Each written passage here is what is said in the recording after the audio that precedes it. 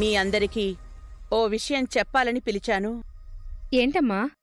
ముక్కు పుడక ఎవరికి చెందాలి అన్న విషయంలో ఎన్నోసార్లు మన ఇంట్లో గొడవలు జరిగాయి. దానికి ఈరోజు నేను ముగింపు పలకబోతున్నాను.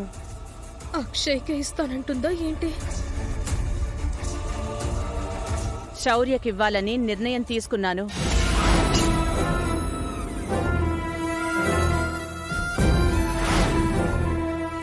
ఆచార వారసత్వాన్ని కృష్ణ కూతురికి అందజేయాలనుకుంటున్నాను. సోమవారం పౌర్ణమి. ఆ రోజు ఓ సిద్ధాంతి గారు సూచించిన విధంగా యాగాన్ని జరిపించి అందజేస్తాను. అవని అక్షయ్ల మీద కోపంతో ఈ నిర్ణయం తీసుకున్నారా అత్తయ్య? ఏదైనా నేను బాగా ఆలోచించే నిర్ణయం తీసుకుంటాను. అమ్మా అమ్మా, చాలా మంచి నిర్ణయం అమ్మా.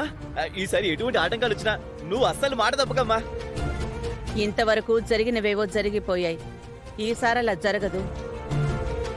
మేం ఊహించలేదత్తయ్య, సడన్ గా ఇలాంటి వరాన్ని ప్రసాదిస్తారని. థ్యాంక్ యూ అత్తయ్య, థ్యాంక్ యూ సో మచ్.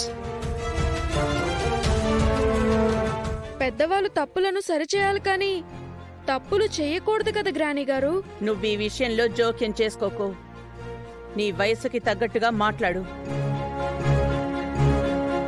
తను బుద్ధికి తగ్గట్టుగా మాట్లాడాడు. చింటూ అన్న దాంట్లో తప్పే ఉంది. మీరు చేస్తున్నది తప్పు. తప్పైతే ఆ కార్యక్రమం ఆగుతుంది, ఒప్పు అయితే ముందుకు సాగుతుంది. భార్య అడుగుజాడల్లో నడవండి మావయ్య, తప్పులేదు. కానీ భార్య నిర్ణయాలు మంచివి కానప్పుడు సమర్థించకండి. ఎందుకంటే ఈవిడ మీ ఇంటికి కోడలిగా వచ్చింది. మీరు ఈవిడింటికి అల్లుడిగా వెళ్ళలేదు.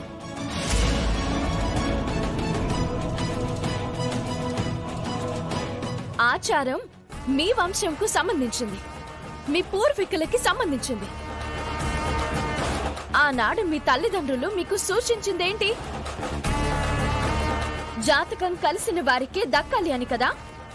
మరి మీరు ఆ ఆచారాన్ని ఎందుకు తుంగలో తొక్కుతున్నారు? ఎందుకు గంగలో కలుపుతున్నారు?